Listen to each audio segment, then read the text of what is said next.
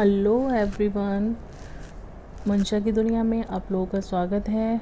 कैसे हैं आप सब? उम्मीद करती हूँ आप सब अच्छे होंगे। तो जैसे कि आप लोग जानते हैं, मेरा व्लॉग बहुत लेट आ रहा है। मैं बहुत लेट व्लॉग बना रही हूँ। इसका एक रीज़न है कि मेरी बहुत ज़्यादा तबीयत ख़राब चल रही थी। मेरी तबीयत ठीक नहीं चल रही थी। मैं अपनी मम्मी के घर आई हुई हूँ। जैसे कि आप लोग बैकग्राउंड देख के समझ गए होंगे, जो लोग मुझे फॉलो करते आ रहे हैं उन्हें पता है ये मेरी मम्मी का घर है। और मैं अपनी मम्मी के घर आई हुई हूँ अपने ट्रीटमेंट के लिए। एक्चुअली मैंने आप लोगों को अपने जो मुझे प्रॉब्लम है, मेरा किस चीज़ का ट्रीटमेंट चल रहा है, आप लोगों के साथ अभी तक शेयर नहीं किया है। तो मैं आज आप लोगों को अपनी प्रॉब्लम के बारे में, हेल्थ इशू के बारे में आपको बताऊंगी कि मुझे क्या हेल्थ इशू है जो मुझे चल रहा है, जिसकी वजह से मुझे आए दिन तबीयत मेरी बिगड़ती रहती है। इसी ईयर जनवरी की फर्स्ट वीक में मेरी तबीयत ख़राब हुई थी। मैं अपनी ससुराल में थी, तो वहाँ पे मुझे दिक्कत हुई थी। मेरा जो है वो मेरा फेस का जो लेफ़्ट साइड है वो सुन्न होने लगा था। मैं अपना फेस को टच कर रही थी लेफ़्ट साइड पोर्शन को, तो वो ज़्यादा मुझे महसूस नहीं हो रहा था। मुझे दिक्कत लग रही थी वहाँ पे। तो ये धीरे धीरे करके रात को, तो ये हुआ था मुझे रात के टाइम पे 8-9 बजे के टाइम पे ये दिक्कत हुई थी। उस वक्त मैं घर में अकेली थी। मेरे हस्बैंड थे टूर पे और घर में सिर्फ मेरी सास थी और मेरे देवर थे। देवर भी उस टाइम पे बाहर थे। तो वो अपने काम से गए हुए थे। घर में सिर्फ मेरी सास थी। तो मैंने जब वो ऐसा फ़ील किया तो मैंने अपने हस्बैंड को बताई ये बात कि मुझे ऐसा फ़ील हो रहा है। मुझे अपने फेस के लेफ़्ट साइड पे कुछ फ़ील नहीं हो रहा है, मुझे सुन्न सा महसूस हो रहा है। तो मेरे हस्बैंड ये सुन के थोड़े डर से गए कि ऐसा क्यों हो रहा है। फिर ये मैंने रात निकाल ली कैसे न कैसे, क्योंकि उस टाइम पे इतना नहीं था। फिर मैंने अपने हस्बैंड को थोड़ा चिल किया कि कोई बात नहीं, सर्दी हो रही है, हो गया होगा शायद ठंड की वजह से। तो उन्होंने भी थोड़ा समझ लिया कि चलो हो जाएगा कल तक सही। फिर वो बोले कि अगर कल तक सही नहीं होता है तो मुझे बताना। पर वो जब मैं सुबह उठी तो सुबह होते होते मुझे थोड़ा और बढ़ गया वो। फिर वो मेरी टंग तक आने लगा। टंग पे भी मुझे फ़ील नहीं हो रहा था, कुछ ठंडा ठंडा सा फ़ील हो रहा था टंग पे। फिर वो मेरे हेड पे गया, मतलब सर में भी मुझे फ़ील नहीं हो रहा था, लेफ़्ट पार्ट में। तो ऐसे करके मुझे थोड़ी दिक्कत हुई। तो मैंने अपने हस्बैंड को बोला कि मुझे ये दिक्कत हो रही है, अब ये सही नहीं हो रही है, बढ़ रही है। तो वो थोड़े घबरा गए ये बात सुन के कि ऐसा क्यों हो रहा है। तो उन्होंने फ़ौरन अपने फ्रेंड को फ़ोन किया पूछने के लिए कि ऐसा क्यों हो रहा है। तो उन्होंने सारी बात बताई कि मेरी वाइफ़ को ऐसे ऐसे दिक्कत हो रही है, फेस के लेफ़्ट पोर्शन पे उन्हें कुछ फ़ील नहीं हो रहा है।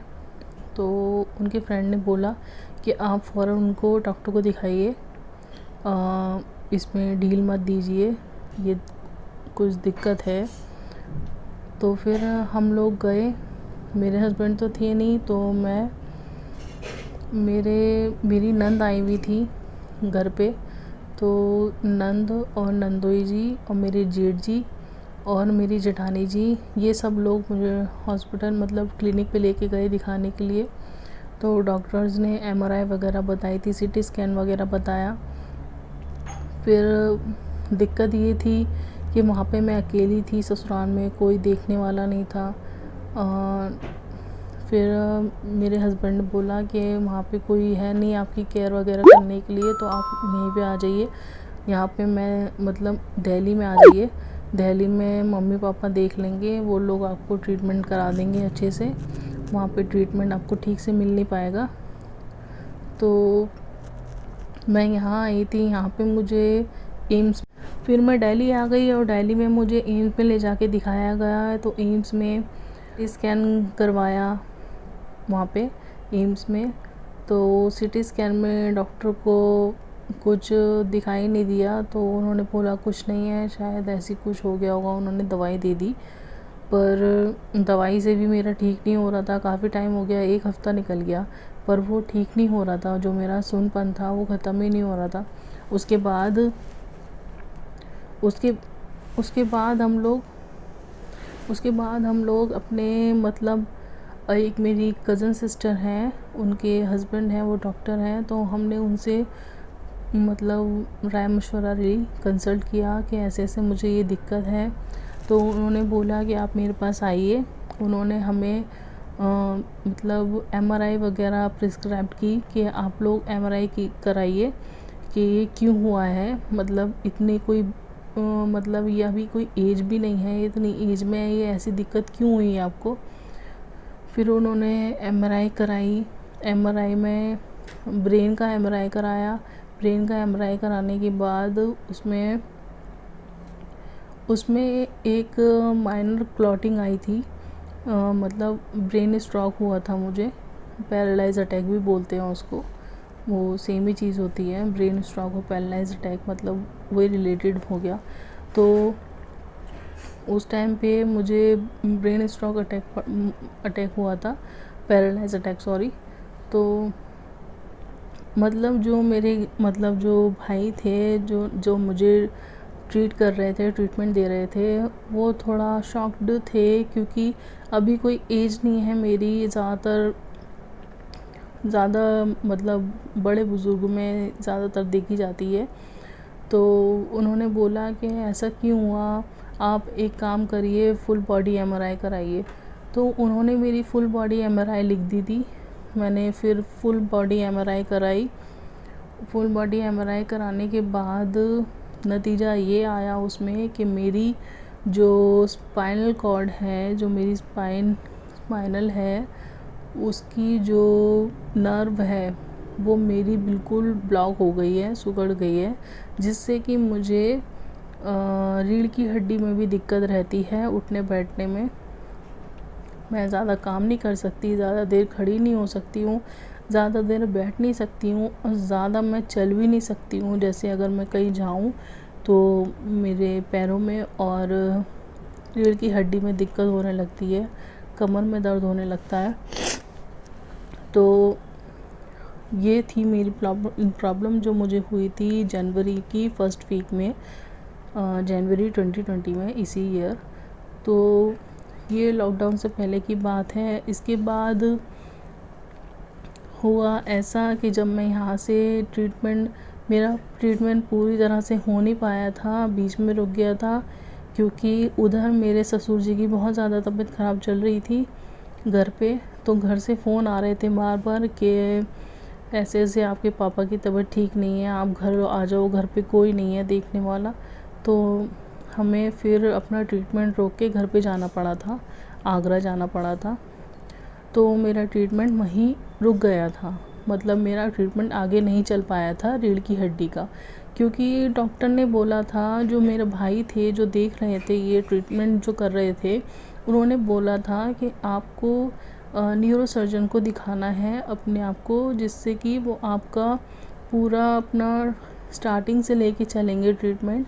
जो आपको दिक्कत हुई है, वो स्पाइनल कॉर्ड की वजह से हुई है, जिससे कि आपको ब्रेन स्ट्रोक हुआ, तो वो आपकी स्पाइनल कॉर्ड पे काम करेंगे, उसको ठीक करेंगे। उसके बाद आपका जो ब्रेन वगैरह है वो थोड़ा ठीक हो पाएगा। भाई ने मुझे थोड़ी सी दवाई दे दी थी, जिससे कि उन्होंने बोला ये दवाई तो तुम्हें लेनी ही लेनी है, अब ये तुम्हें कंटिन्यू चलेगी। तो वो दवाई मेरी अभी तक चल रही है, पर वो दवाई जो है वो ब्रेन की जो नर्व में जो क्लॉट आया था उसको ठीक करने के लिए है, वो मेरी अभी तक चल रही है। पर जो मेरी स्पाइनल कॉर्ड की जो दिक्कत है वो मेरा ट्रीटमेंट अभी स्टार्ट ही नहीं हुआ है। तो फिर हम लोग आगरा लौट गए। वहाँ पे जाके देखा तो वाकई में ससुर जी की तबीयत बहुत ज़्यादा ख़राब थी, अब्बू जी की तबीयत बहुत ख़राब थी। तो वहाँ पे उनके मतलब केयर में उनको डॉक्टर को दिखाना और उनको दवाई वगैरह कराना, इस सब में करीब 1-1.5 महीना निकल गया।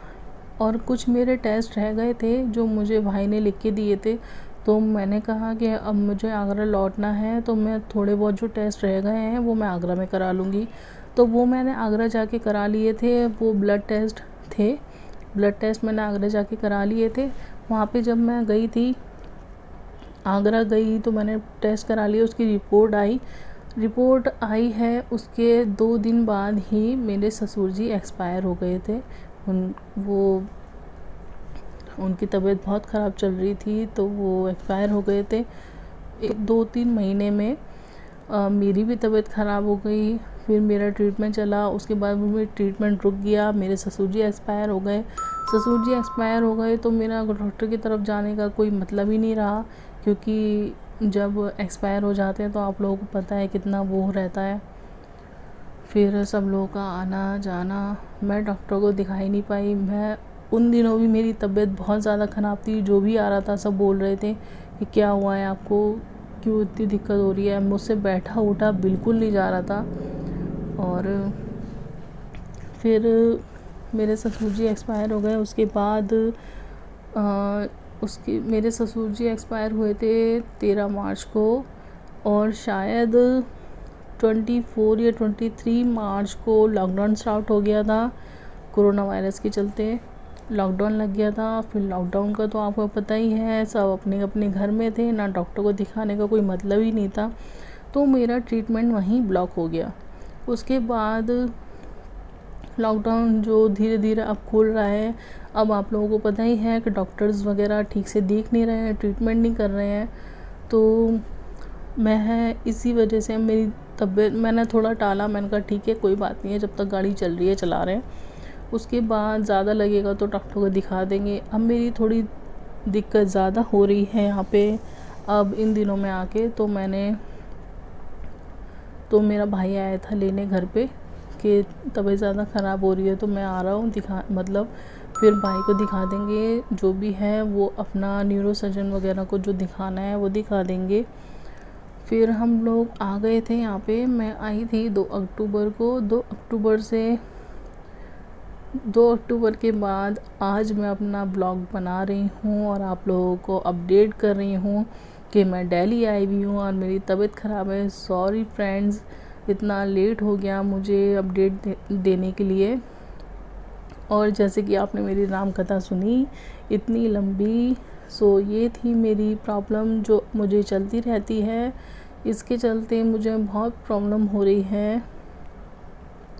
दवाई मेरी चल रही है, पर अभी जो पूरा जो स्टार्टिंग से कोर्स है, जैसे स्पाइनल कॉर्ड की जो मुझे दिक्कत है, उस पे अभी मेरा कोई ट्रीटमेंट नहीं हो रहा है। इस वजह से मुझे दिक्कत हो रही है। मैं अब कंसल्ट करने के लिए जाऊंगी भाई से कि मुझे क्या करना है। तो इसी वजह से मैं अपना ब्लॉग नहीं डाल पा रही थी। मुझे अच्छा नहीं लग रहा था, काफ़ी टाइम से मैं आप लोगों को अपडेट नहीं दे पाई थी कि मैं कहाँ हूँ, कैसी हूँ। मैं ये सोच के हंस रही थी कहीं आप लोग ये ना सोचे कि ऊपर ही तो नहीं पहुँच गई। सो फ्रेंड्स, मजाक कर रही हूँ। अपडेट देना ज़रूरी था आप लोगों को। तो आज है 12 अक्टूबर। मैं पूरे 10 दिन बाद ब्लॉग बना रही हूँ और आज है मेरी मम्मी का बर्थडे। तो जैसे कि मम्मी का बर्थडे है, उन्हें तो आप लोगों को तो पता है, माँ बाप और ना बच्चों की खुशी में खुश रहते हैं। उन्हें अपने लिए कुछ करने का वो नहीं होता है कि हाँ कोई बात नहीं होगा बर्थडे, ये वो ऐसे कर देते हैं।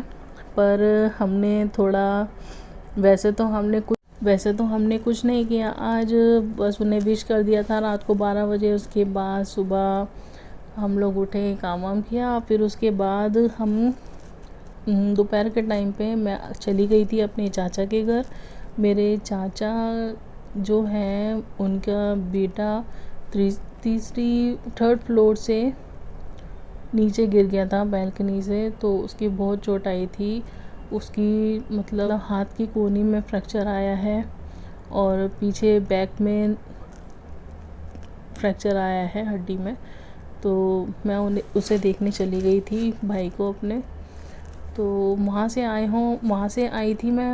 अब वहाँ से आने के बाद मैं ब्लॉग बनाने बैठ गई कि नहीं आज मुझे ब्लॉग बनाना है, नहीं तो बहुत लेट हो जाएगा।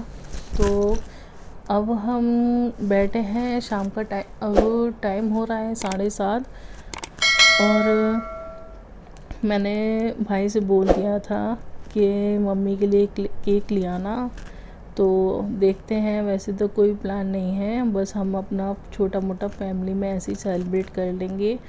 आप लोगों को तो पता है, मम्मा पापा को तो यही होता है, माँ बाप का तो यही होता है कि बस बच्चे खुश तो हम खुश। मतलब हमारे लिए वो सब कर देंगे, पर अपने लिए कुछ नहीं करते, अपने मन मारते रहते हैं।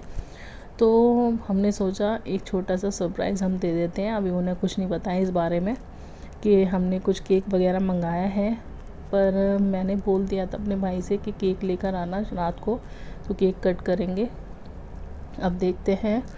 तो बहुत बातें हो गई फ्रेंड्स, आप लोग बोर हो गए होंगे, पक गए होंगे मेरी बात सुन सुन के। तो चलिए अब मैं आपसे मिलूँगी रात को, जब होगा केक कटिंग सेलिब्रेशन। तो मिलते हैं आप लोगों से केक कटिंग टाइम पे।